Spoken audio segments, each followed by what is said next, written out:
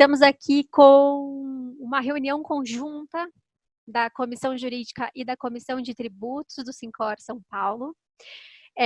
Hoje estamos aqui reunidos para conseguir fazer aqui um bate-papo sobre algumas perguntas que foram trazidas na nossa última live, que foi feita com relação à MP 927 e 936, as MPs que falam sobre as modificações no âmbito trabalhista e fiscal com relação às medidas urgentes tomadas por conta do Covid-19, né?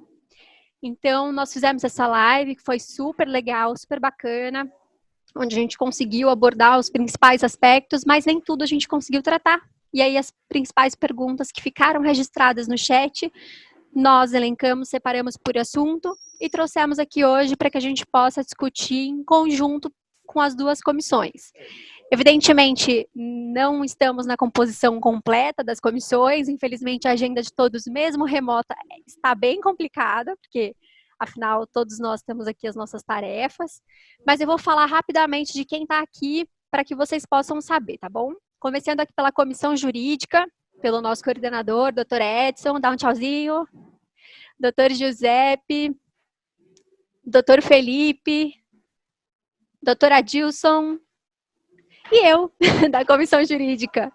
E pela comissão de tributos, a gente tem o Regis, tchauzinho, Regis, aí, e o Carlos, tchauzinho, Carlos, aí. Estamos todos aqui, no entanto, a gente está mais ajudando os nossos principais palestrantes, que são o Regis e o Carlos, e a gente vai aqui conversar de uma forma super informal sobre as perguntas que foram trazidas, e a gente vai se falando, se complementando, cada um naquilo que puder, tá bom? Vamos lá? Doutor Edson, você pode começar me ajudando aí com as primeiras perguntas? Claro. Já, doutor, obrigado a todos por participar. Nós já fizemos o primeiro. Não deixe de assistir a live, tá? Vai ter indicação de como vocês fazem. Ela está na área privada do site do Sincor. Foi muito legal. Nós tivemos, graças a Deus, milhares de acessos. Foi muito bacana e ainda está à disposição. Assistam. E isso daqui que nós vamos fazer hoje é um complemento daquilo que já foi feito. Então, vamos passar. A doutora Aline, também da comissão, já está entrando. Então, já acompanha com a gente. Então, vamos lá. A Lenira Leão, minha querida amiga da Comissão Jurídica, pergunta o seguinte: corretora de seguros é considerada como empresa de serviço essencial?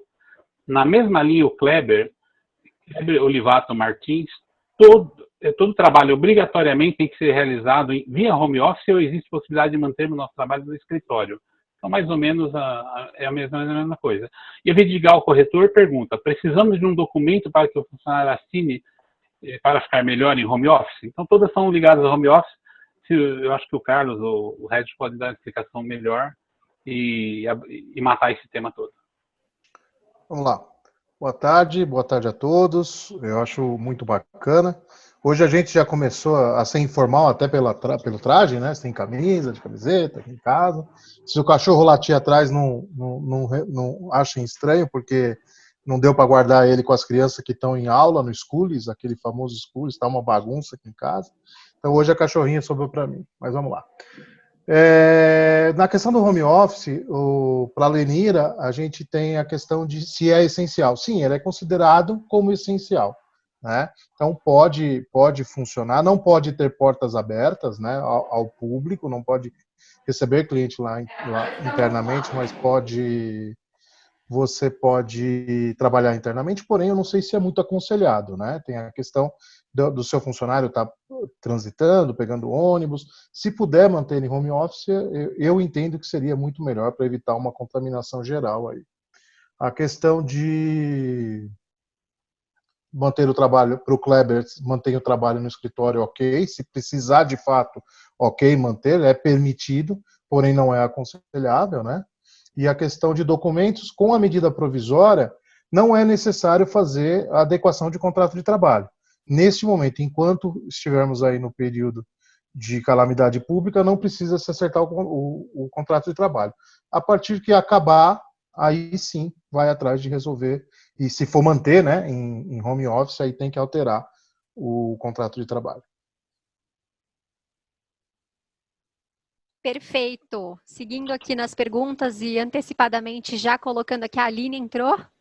A Aline é nossa outra integrante do grupo. Ai, doutor Edson, desculpa, você ia falar alguma coisa. Não tem problema. É que, em complemento a isso, para a gente não entrar em outro tema, nós temos, o pessoal está perguntando sobre o Vale Refeição aqui. Tem bastante perguntas sobre o Vale Refeição.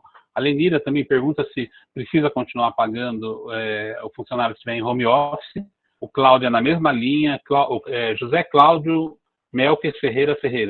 Vale refeição é obrigatório, mesmo com redução de carga horária de 6 horas. A conversão do securitário prevê exceção do benefício em carga horária inferior a 6. A Paola Fernandes, é obrigatório vale refeição para funcionário em home office?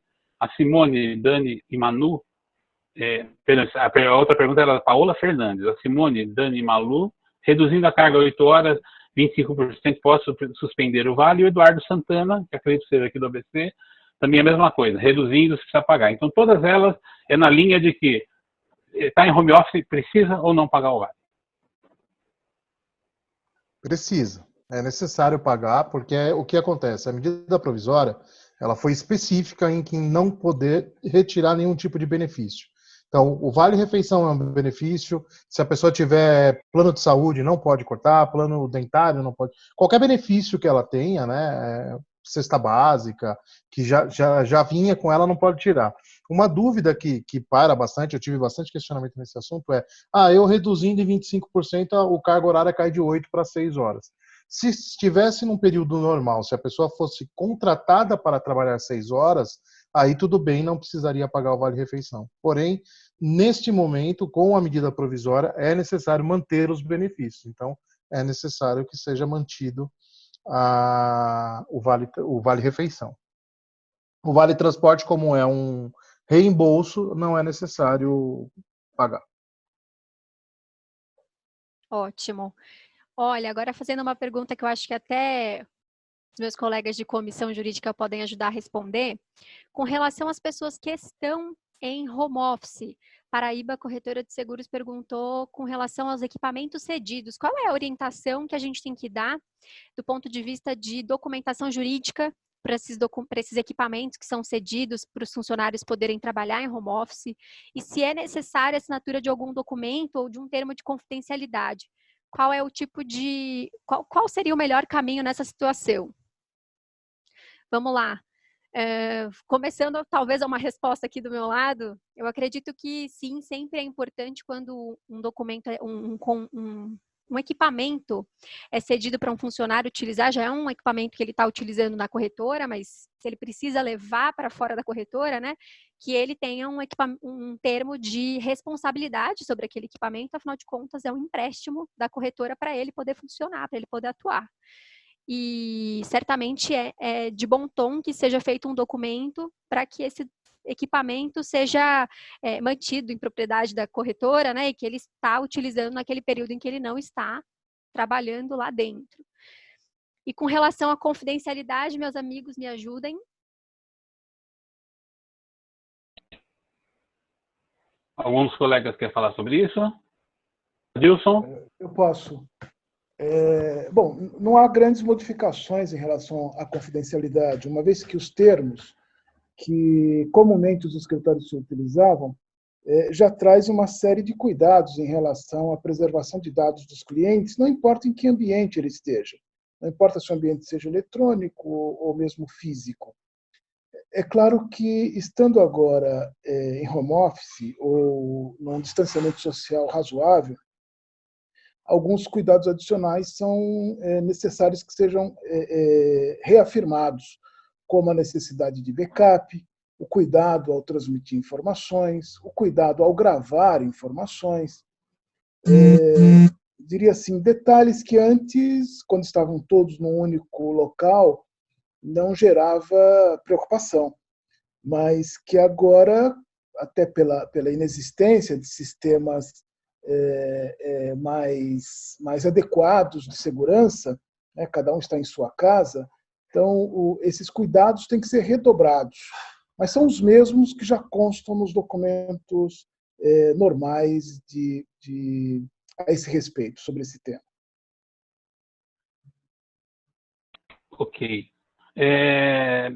Tem duas perguntas aqui, numa outra saiu um pouco da área da trabalhista, vamos ver se a gente faz alguma diferença. Ó, o Sérgio Rodrigues perguntou, e o José Cláudio Melques Ferreira, as duas perguntas dele estão na mesma linha. O refis teve alguma prorrogação e vocês veem expectativa de um novo refis? Bem, boa tarde a todos. Com relação ao assunto refis, a gente tem uma portaria 12 de 2012 que trata da prorrogação dos tributos federais, assim como dos parcelamentos federais, quer seja no âmbito da Receita Federal ou no âmbito da Procuradoria. O único detalhe é que essa portaria 12 de 2012, do Ministério da Fazenda até então e hoje, Ministério da Economia, ele tem um artigo 3º que diz que a Receita Federal e a Procuradoria implementará a prorrogação. E até o momento, nenhum dos dois órgãos se manifestou com relação a essa implementação. Nós entendemos que sim, está prorrogado, porque não há nenhuma condicionante para não prorrogação, só que caberia aos órgãos a implementação dessa mudança para poder não haver cobrança de multa e juros no eventual pagamento posterior. A gente até agora não teve nenhum comunicado deles informando sobre a implementação. Então, assim, ainda existe esse vácuo aí para ser esclarecido. Mas o refis, sendo um refis federal, sim, estaria prorrogado. Ok. Só um adendo, não isso não, é uma dica, não, se puder pagar os refis, não deixem de pagar, porque tudo isso está na lei, tudo isso tem como ser feito, mas se o refis for cancelado por inadimplência sistemicamente, para reativar isso é muito complicado junto à Receita Federal. Então, se puder não atrasar o refis, até porque teve benefício de desconto de juros, multa, seria muito interessante não fazer, porque se cancelar é complicado para reativar. Então, isso é só uma dica. A lei permite, mas se não sair nenhum tipo de sanção do tipo, olha, pode prorrogar por 90 dias, ou por 60 dias, ou por 120 dias, é melhor não fazê-lo nesse momento. Sim, melhor pagar. Eu tive uma corretora que estava no refis, primeiro refis, e por um erro da Receita, ela foi excluída por um código. Isso deu um processo judicial para poder reincluir e conseguir todos os benefícios. O Carlão está corretíssimo. Na mesma linha, a Ludmila Maria, na minha linha de tributos, né? Maria Vendrame Ferreira, acumulando com outras guias que estão vencendo naquele mês, será que vai ajudar? Então, ele está perguntando se ela pode ficar acumulando as guias que vencem no mês. E o Evaldir Barbosa, de Paula, o presidente do Clube dos Corretores de São Paulo, quem eu saúdo, pergunta: a MP 946 de 2020 desonera o tributo do corretor com extinção do PIS/PASEP a partir de 1/6 de 2020? Ele está perguntando se isso já tem alguma coisa realmente definida. Eu não cheguei ainda a analisar essa MP sobre essa desoneração, que o Evaldir, até cumprimento ele aqui, comentou, mas ainda não consegui acompanhar esse assunto. Com relação, só um detalhe ao questionamento anterior, e eu acabei esquecendo de falar, que perguntaram sobre um novo refis. Olha, é difícil da gente fazer uma suposição nesse momento, mas sim, acredito que vai haver um refis novo, geral e amplo para todo mundo, porque a gente está numa situação de muita dificuldade, só que nesse primeiro momento está sendo criadas as regras para transpor a situação da dificuldade. E no momento futuro, sim, que vai haver uma nova análise da situação para poder propor um novo parcelamento geral para todo mundo. Era isso, Fashion? Talvez eu possa habilitar complementar alguma coisa. Pois não. a respeito da MP sobre a MP 946 do PIS/PASEP. Primeiro, a medida ainda não começou a funcionar, porque a extinção aconteceria em maio, 31 de maio. O PIS/PASEP passaria, o fundo existente do PIS/PASEP passa para o Fundo de Garantia por Tempo de Serviço. E ainda é uma medida provisória, não se sabe o que vai acontecer com ela no Congresso, se ela vai ser transformada em lei ou não. Acredita-se que sim, né, porque o PIS/PASEP há muito tempo deixou de ser, digamos, funcional. E, além disso, a proposta é que ele integre o Fundo de Garantia por Tempo de Serviço. Eu não consigo avaliar que medida, que efeito isso tem para os corretores de seguros em especial. Eu acho que os corretores não têm nada que os diferencie de outras atividades nesse sentido. Ou seja, os saldos existentes no PIS/PASEP serão transferidos para o Fundo de Garantia se a medida provisória for de fato aprovada. A medida é muito recente, né? Com relação a esse detalhe do PIS/PASEP, o corretor que não é optante do Simples Nacional, que teria o encargo do PIS, ele não tem base, não tem relação com esse PIS/PASEP que está sendo desonerado.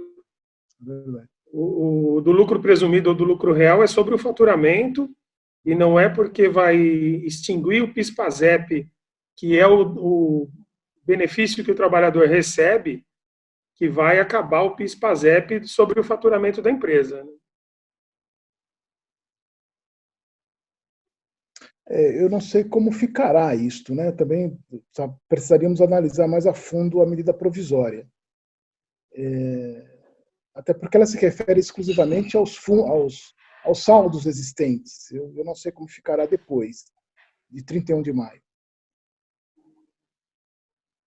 E lembrando a todos também que a medida provisória, nós tivemos a 905 aí, que acabou, entre aspas, caducando, né? Então, ela vigorou por um tempo, produziu uma série de direitos e obrigações e hoje não existe mais. Então, vai ter que ser, todos os atos praticados vão ter que ser revistos, estão válidos, mas vão ter que ser revistos. Então, a gente precisa entender que isso é uma medida provisória. Ela tem um prazo, ela tem os 120 dias para aprovação. Então, não é certeza absoluta de nada. Doutora, se quiser... Eu só ia dizer que, em relação a essa MP, em especial, ela foi, no último dia, revogada, né? Mas a 946 ainda tem bastante tempo pela frente, porque ela foi de 7 de abril, então realmente é algo importante de se ponderar, porque afinal de contas depende de aprovação do Congresso Nacional, muita coisa pode se modificar nesse meio tempo, mas de se considerar. Pode falar, doutora Dilson.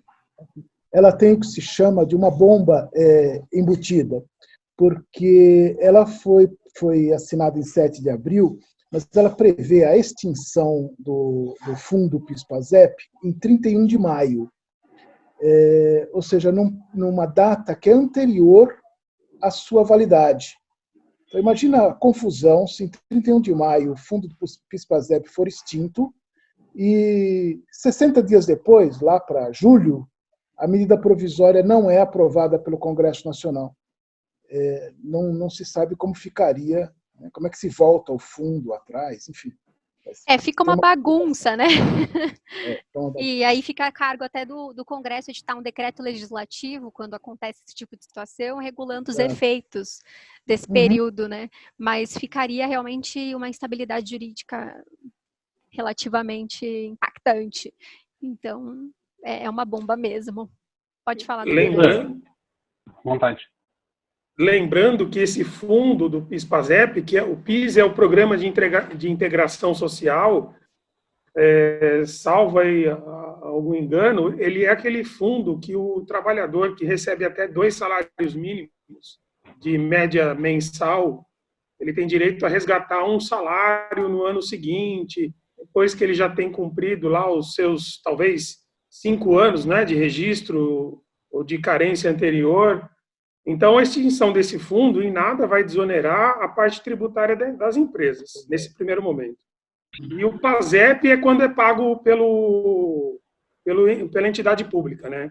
O PIS é entidade privada e o PASEP é entidade pública.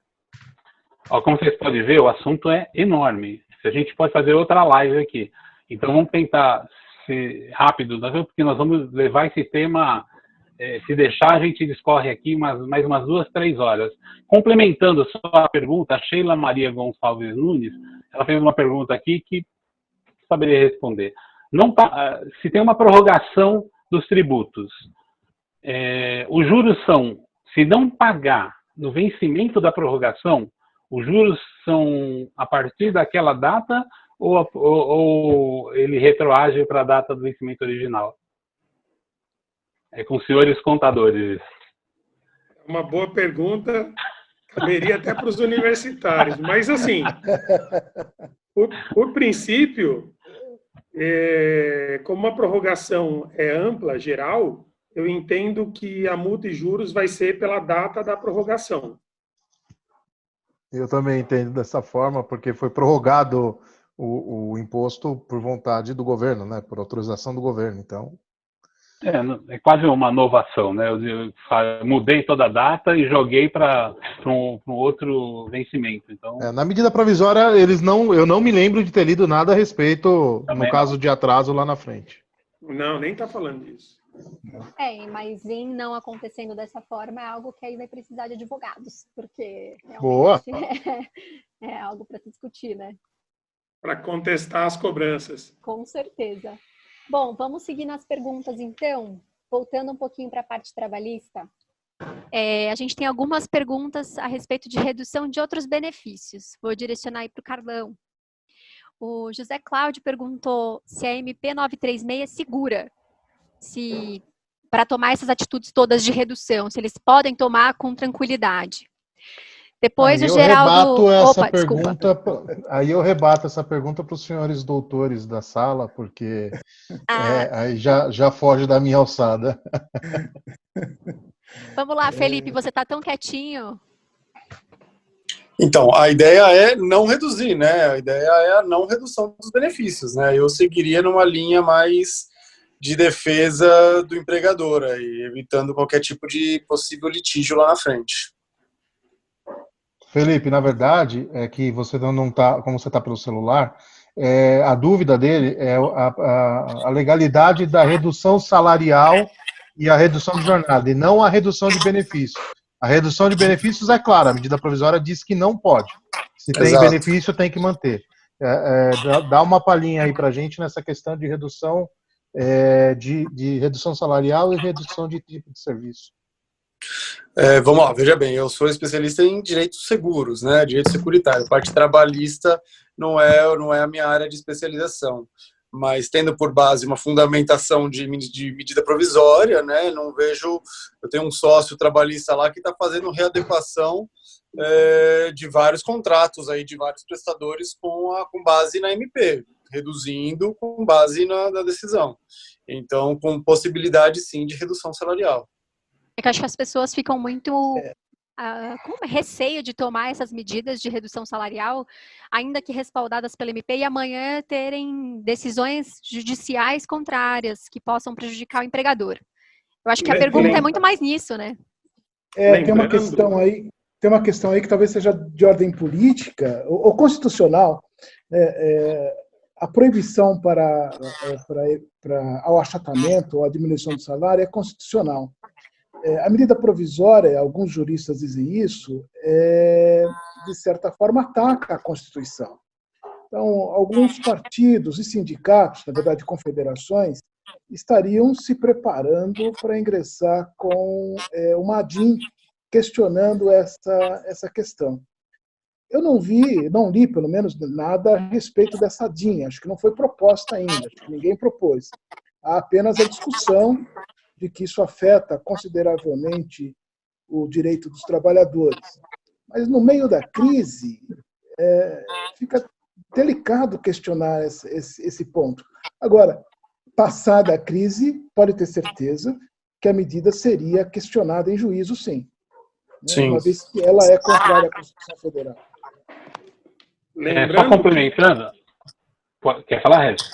E não, eu ia só lembrar que a gente teve o caso da liminar que o Lewandowski deu para a rede de sustentabilidade, que ingressou com a DIN com relação à medida provisória, e que o pleno do STF já derrubou a liminar, considerando como válido a questão da medida provisória.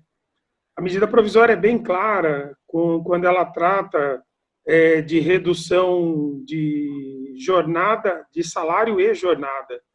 Em nenhum momento está havendo a redução do salário hora. Existe a preservação do salário hora, que é a base salarial do funcionário. Então, assim, tanto é que isso daí serviu de base para a decisão do pleno do STF, que não haveria redução do salário hora do funcionário, e sim a proporcionalidade da redução da jornada e do salário em razão da situação de pandemia.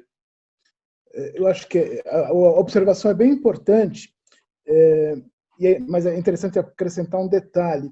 O julgamento do pleno foi ainda sobre a liminar, ou seja, a DIN não foi ainda julgada. Então, liminarmente, a medida provisória pode entrar em vigor, mas a discussão ainda é passível de acontecer mesmo no STF.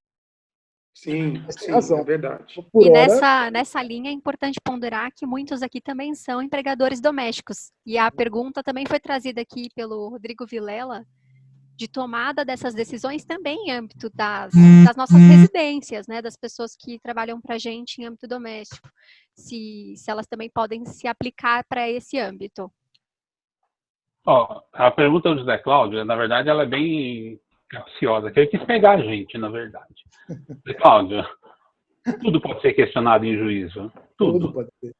É por isso então, que nós existimos, né? Exatamente. Ainda bem, né?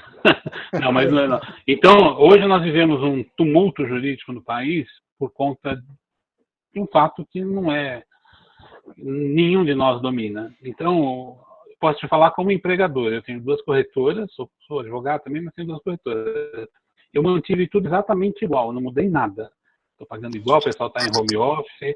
Não, mas isso é muito pessoal. Se você quer se valer dos créditos do governo, os próximos assuntos, se precisa, tem que fazer, tem que se valer. Se você não puder, eu particularmente optei por manter exatamente igual. Bloqueei minha funcionária, a minha empregada doméstica registrada em férias agora, a partir do dia 1º de maio. Enquanto eu puder levar da forma habitual, eu vou levar. A hora que não der, eu vou me recorrer dos créditos mesmo. Normal, isso faz parte do jogo. E lá para frente pode haver uma discussão. Outra coisa, quando você tem uma redução de carga horária, mas se você não tem uma redução salarial, é praticamente como se o governo tivesse te dado um seguro-desemprego daquela outra parte que você não está trabalhando. Então, você não teve uma perda financeira. A discussão fica mais difícil. Então, essa é a minha opinião, até como corretor, não como advogado. A discussão vai longe. O Rodrigo Vilela, os domésticos, pode ser feito, é feito pelo E-Social, é bem simplesinho. Tem até umas facilidades lá, você pode até, não precisa fazer o contrato de suspensão, você pode bater um papo pelo WhatsApp e se ficar de acordo lá, tá tudo certo, pode ser feito. Faz lá pelo sitezinho do E-Social. Já entrando no caso do Francisco, que perguntou da redução do FGTS, do contrato verde e amarelo. O contrato verde e amarelo caiu, né? A medida provisória ela caiu, então ela não vai ter mais nesse momento. E só para deixar claro, lá ela não previa 20% de FGTS. Esse era só para os primeiros empregos. Os demais se mantinham idênticos. Mesma linha, Carlão. A Sumara. Opa, ficou cortando aqui. Sem som. É que o fone dele de Galvão Bueno, acho que ficou. Não, eu acho que é a conexão. Daqui a pouquinho ele ouve. E ele continua falando. Vamos lá. Vou começar a falar mal dele. Doutor Edson, travou tudo. Não ouviram? Ninguém ouviu nada. Não. Nada. Então vamos lá. A Sumara Liz pergunta, ela diz que ela paga uma ajuda de combustível fora do Lerite. Você disse que ficou quase como uma ajuda de transporte. se eles podem, nesse momento, não pagar. Se for claro que é combustível, sim, caso o funcionário dela esteja em home office, não tem problema nenhum. O Cláudio Vischer pergunta se ele pode ter funcionários com a redução de 25, outro com 50, outro com 70. Pode, isso é a redução ou a suspensão é feito para cada funcionário e não para a empresa inteira.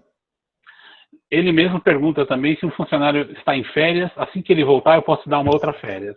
As férias é interessante falar como é que ficou a mudança do período aquisitivo, né?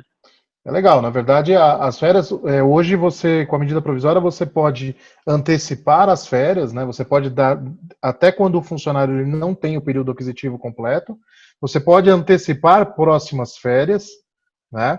Que possam vir, e também já pode compensar em banco de horas, já entrando, se tiver alguma pergunta, pode também já antecipar o banco de horas, como crédito ou como débito por 18 meses. Lembrando que é possível antecipar até mais de um período aquisitivo, né? Sim, exatamente. E o legal das férias é que você pode, financeiramente falando, você pode pagar o terço constitucional junto com o 13º no final do ano. E o pagamento não precisa ser antecipado no momento da concessão das férias. Boa, não precisa antecipar o salário, né? Você vai pagar o salário no dia normal de pagamento de salário da pessoa. E também não tem que ter o aviso prévio das férias. 2 dias. O aviso prévio da medida provisória. Isso. Para todos os efeitos, 2 dias. O Geraldo Saciloto, eu vou até me arriscar a responder aqui. Se um funcionário é um aposentado e está registrado, os direitos são os mesmos? O funcionário registrado deve continuar registrado. Cuidado que a resposta não é óbvia, meu amigo, caro Watson. Graças a Deus existe o Google, né? E eu acabei de dar um Google nessa pergunta e eu vi aqui que o nosso Bruno Bianco, que é o secretário especial da Previdência do Trabalho, disse que o aposentado, se ele tiver a redução ou a suspensão, ele não tem direito ao auxílio emergencial, porque ele já é aposentado. Ah, sim, porque não pode acumular benefício. Sim, perfeito. Tá vendo? Eu dancei nessa. Eu já tinha visto. Lembrando que isso daí está previsto na medida provisória que das pessoas que não têm direito ao benefício, né? São quem está recebendo já a aposentadoria, quem já recebe os outros benefícios do governo. Então, por mais que ele esteja trabalhando e seja uma renda complementar dele, infelizmente ele não vai ter direito mesmo. Mesmo em períodos normais, né, apenas para dar uma ilustrada na pergunta, em períodos normais, se ele se acidentar, por exemplo, ele não tem direito ao afastamento, né, o pagamento pelo INSS, ele fica só com a aposentadoria dele. O INSS acaba sendo pago por nada, vamos dizer assim. A acumulação é proibida, né? Mas é obrigado a contribuição ao INSS mesmo ele trabalhando. Ela é devida. Posso aproveitar que a gente entrou no papo de auxílio do governo para falar de algumas perguntas aqui do auxílio de governo? Vamos lá. Vamos lá. O Wilson Cerqueira, ele perguntou como o governo paga essa diferença salarial da redução de carga de horário via Caixa Econômica ou na conta do banco do colaborador? Como é que fica isso? Operacionalmente, o Carlão acho que sabe mais detalhes disso daí. Na verdade, você pode mencionar lá, quando você vai fez o contratinho lá de suspensão ou de redução, você informa a conta corrente do funcionário.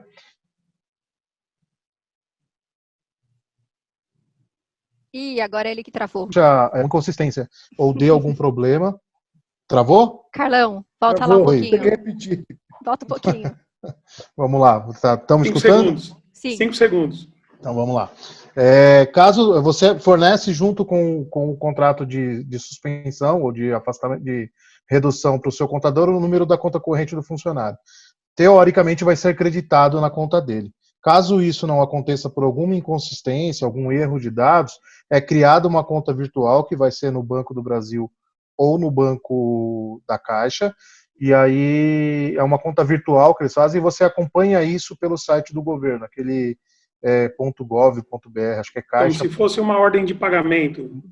Mas parece que dá para você pagar pelo aplicativo, ainda não saiu esses detalhes, mas é criada uma conta virtual em um desses dois bancos.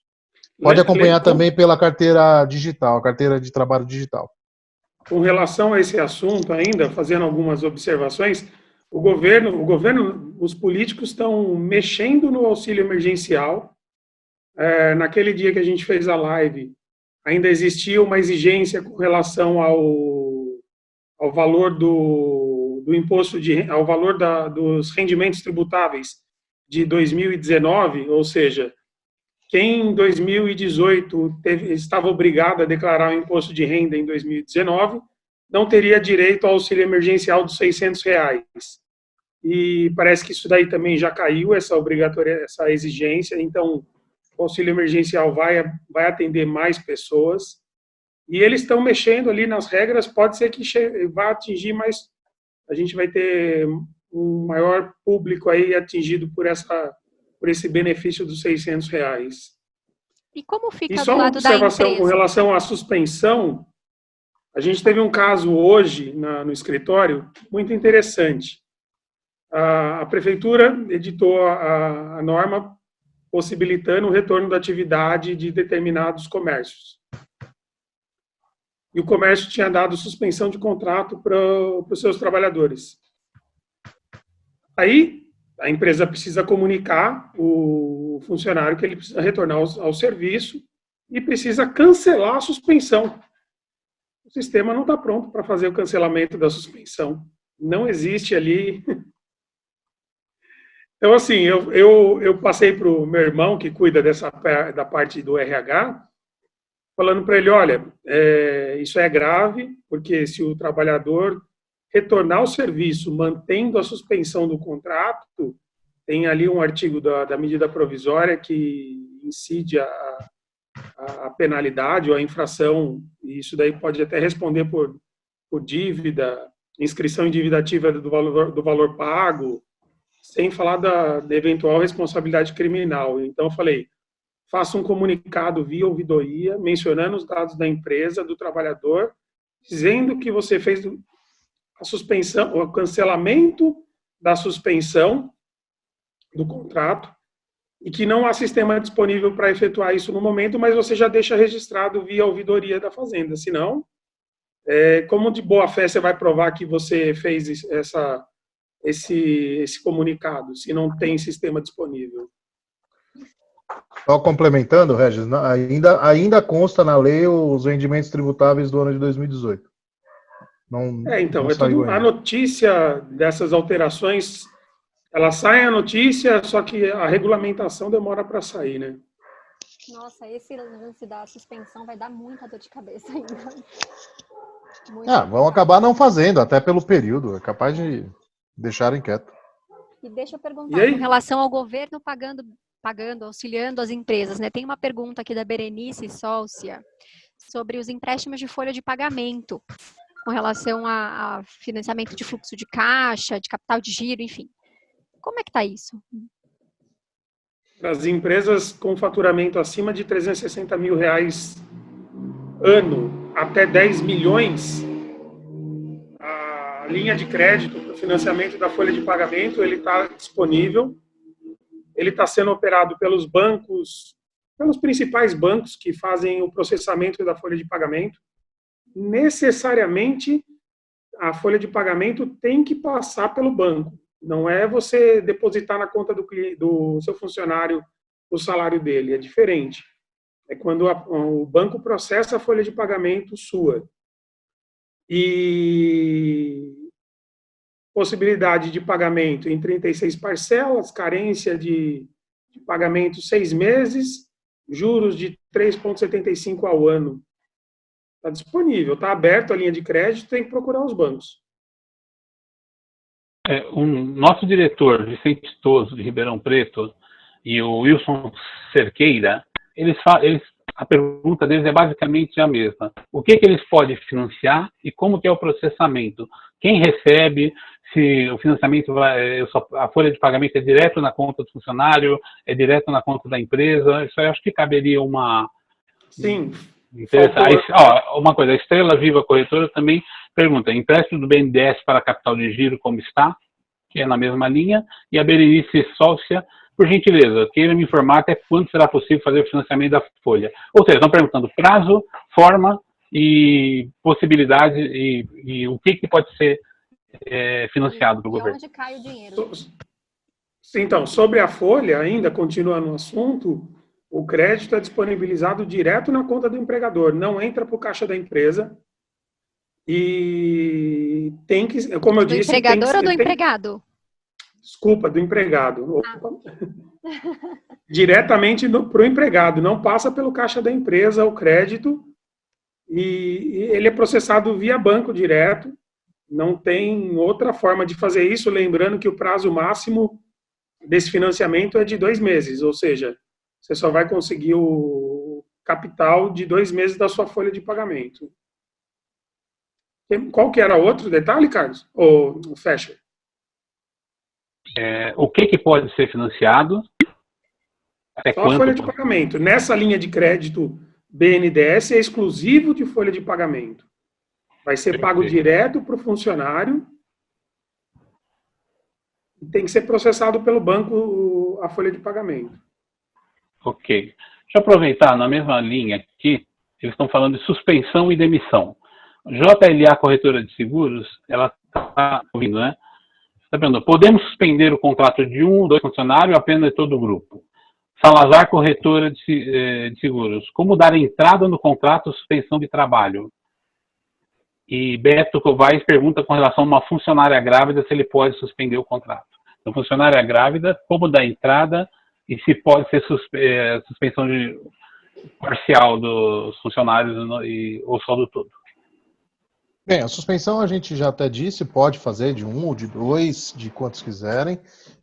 Pode ser feito diferentes, 25 para um, 50 para outro, 70 para outro, suspender o outro é livre, é por funcionário. Né? A entrada no contrato de trabalho, você faz o contrato com o seu funcionário, passa para o seu contador e ele tem até 10 dias para dar entrada lá no site do governo, fazer os procedimentos corretos para que o funcionário receba. É bem simples, é como se fosse um seguro-desemprego. E a funcionária grávida, sim, ele pode suspender o contrato dela sem problema nenhum. Priscila, tem mais alguma pergunta? Tem mais 2 aqui, da Juliana Barros. Se o corretor pode parcelar a rescisão contratual. E também da GP Master Seguros, corretora e administradora, se demissões podem ocorrer nesse período se eu não for usar os benefícios. Espera aí, deixa eu tentar traduzir. Demissões podem ocorrer nesse período se eu não usar os benefícios? Quer dizer, enquanto eu não estiver aplicando todas essas questões de redução, enfim, tudo que é possível fazer nesse período, eu posso demitir? Pode demitir, sim, sem problema nenhum. Você pode demitir, inclusive, se a pessoa ela for suspensa se ela tiver redução ou se ela tiver com o contrato suspenso, você pode demitir, porém, nessas situações onde está usando o benefício do governo, vai incorrer uma multa, porque ela teria que ter uma estabilidade de trabalho pelo mesmo tempo de uso do benefício. Então, se a pessoa usou 1 mês de benefício, ela teria que ter estabilidade de 1 mês quando voltar. Mas se quiser mandar embora, pode, só tem que pagar uma multa por isso, que aí varia de quanto tempo, de que tipo de benefício que usou. E se pode parcelar a rescisão contratual? Não pode, não é previsto. Né? Isso na CLT não é previsto, na medida provisória não foi dito nada sobre o assunto. Agora, para encerrarmos as perguntas, eu vou resumir todas do Salazar, Corretora de Seguros, Mônica, Site de Seguros, Ramon, Advogados e Vanessa dos Santos. Como que está esse processamento junto ao Sindicato dos Securitários? Eu acho que assim, tem que deixar claro que assim, eu vi nas perguntas que o pessoal falou de Sincor, né? O Sincor não tem nada a ver com isso. É o Sindicato dos Seguritários.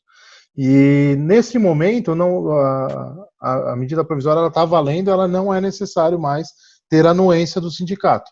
Então, é feito, eu aconselho a comunicar ao sindicato eletronicamente, até porque a medida provisória prevê isso, mas não é necessário ter anuência, não é necessário ter um protocolo de tal situação. Ela é válida a partir da assinatura.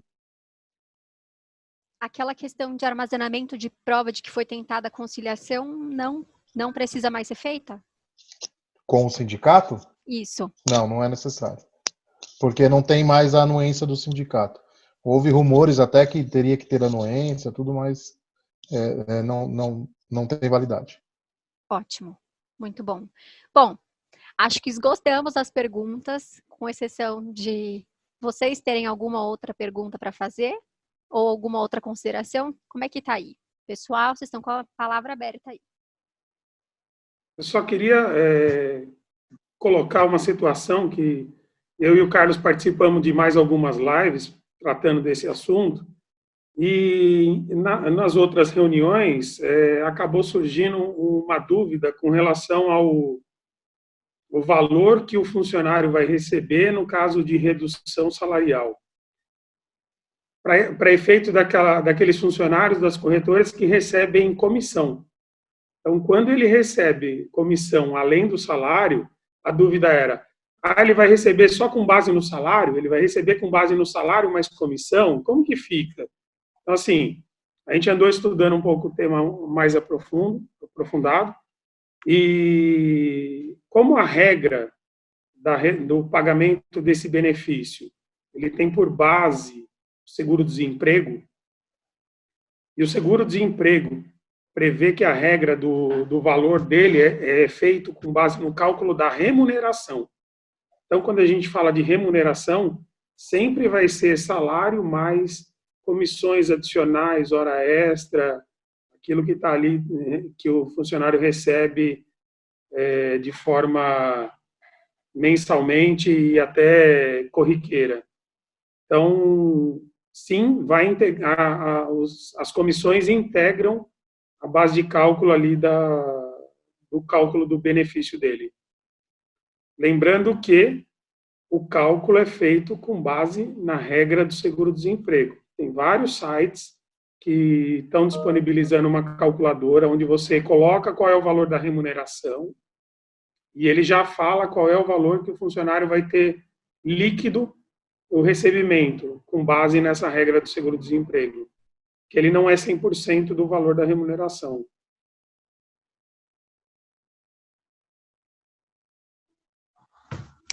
Quer fazer as conclusões?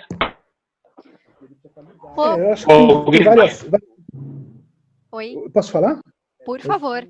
Lógico. Talvez tenha algumas questões que vale a pena a gente apontar para os corretores.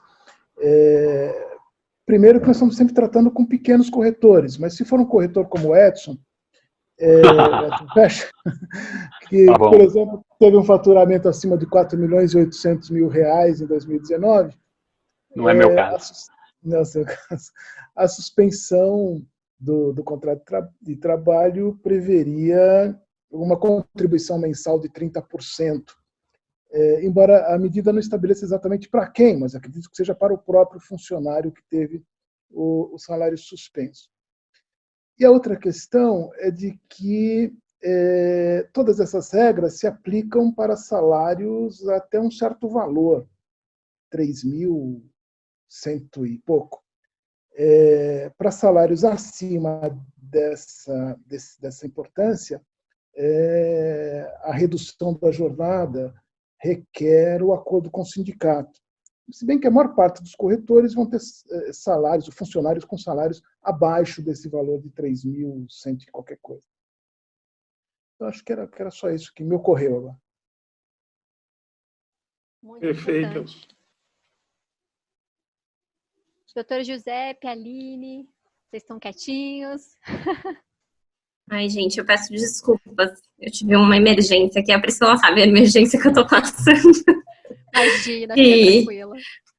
Justamente em relação à alteração de contrato de trabalho, atendimento da medida provisória, a gente está com um problema com uma empresa que é grande aqui, está mandando alguns milhares de contratos aí para os funcionários ajustarem, está fazendo isso através da certificação digital e assinatura eletrônica.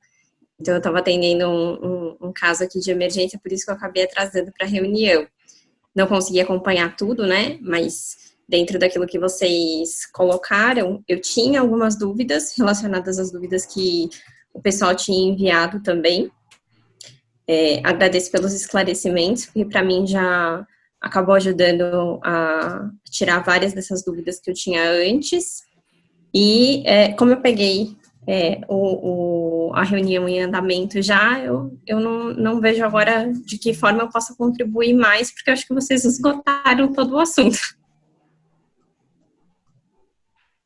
Na verdade, você deu uma contribuição importante, sim, viu, Eli? Porque é importante colocar aqui que tudo isso está acontecendo e pode acontecer em meios eletrônicos. Então, com validade jurídica, com tranquilidade e, em especial, protegendo o empregado, o empregador. Existem mecanismos para isso. E já que a gente, de certa forma, foi forçado a trabalhar de forma remota, né? Quem ainda estava estudando meios acabou sendo jogado para trabalhar de forma remota, não teve muita alternativa. Mas consegue fazer com segurança jurídica, usando a certificação digital ou até outros mecanismos que queiram utilizar, mas a certificação digital é um dos elementos para isso. Exato. É o nosso caso aqui que está em andamento. Só para agregar uma informação, eu sou prova viva disso, que hoje de manhã a doutora Aline me ajudou numa assinatura digital muito legal. Nós temos que nos reformular, porque é um novo mundo, a gente tem que entrar, tem que entender quais são as ferramentas e aproveitar. Acho que nada daqui para frente vai ser igual. Todos nós aqui somos voluntários do Sincor, então todos nós somos, alguns mais corretores, alguns mais advogados, mas todos nós somos advogados e corretores, e é um trabalho que a gente faz de forma voluntária, porque a gente gosta muito da instituição segura num todo. Então, eu agradeço a todos vocês. Se alguém tiver mais alguma colocação, pode fazer, não está encerrada. E após a doutora Aline, por favor, faça as suas conclusões. Pode deixar. Doutora Aline, não, perdão, doutora Priscila. Olha, esqueceu de falar que a gente tem advogados, corretores e contadores. E quem arrumou essas 3 funções ainda tem de música no Fantástico. De música no Fantástico, é verdade. E nessa época, pai, lavador de prato, tudo. Exatamente. Então, inclusive, estou preocupado que às 16h30 eu marquei com a louça da pia. Já está quase chegando ali, hein? Somos 2. E você também é guardião de cachorro, não é? Opa, nesse momento ela dormiu, que aí não tocou campainha. Se tivesse tocado a campainha, vocês iam ver. Doutor Giuseppe, quer fazer algum comentário? Doutor Felipe? Eu agradeço. Opa, pode falar, Gil, pode falar. De forma rápida, eu sou mais corretor do que atuando na área de direito, embora a parte trabalhista e tributária não é o nosso forte, mas eu gostei, porque algumas questões me envolvendo como corretor, eu esclareci, eu agradeço também. E não estou na condição da corretora do Edson, o faturamento que o Adilson falou. Mas, enfim, vamos continuar batalhando aí para que a gente consiga sair dessa de maneira mais fortalecida. Legal, eu também só tenho a agradecer, foi muito esclarecedor. Valeu, pessoal. Ótimo, pessoal. Muito obrigada, então. Se ninguém mais quiser fazer uso da palavra, eu vou encerrar a gravação. Mais uma vez agradeço por vocês dedicarem esse tempo para a gente conseguir sanar algumas dúvidas, para compartilhar conhecimento e também para discutir essas questões que são tão valiosas num momento tão delicado que vivemos juntos, né? E que com muita fé e com garra, com perseverança, sairemos fortalecidos. Obrigada, pessoal. Um abraço para vocês e até a próxima, né?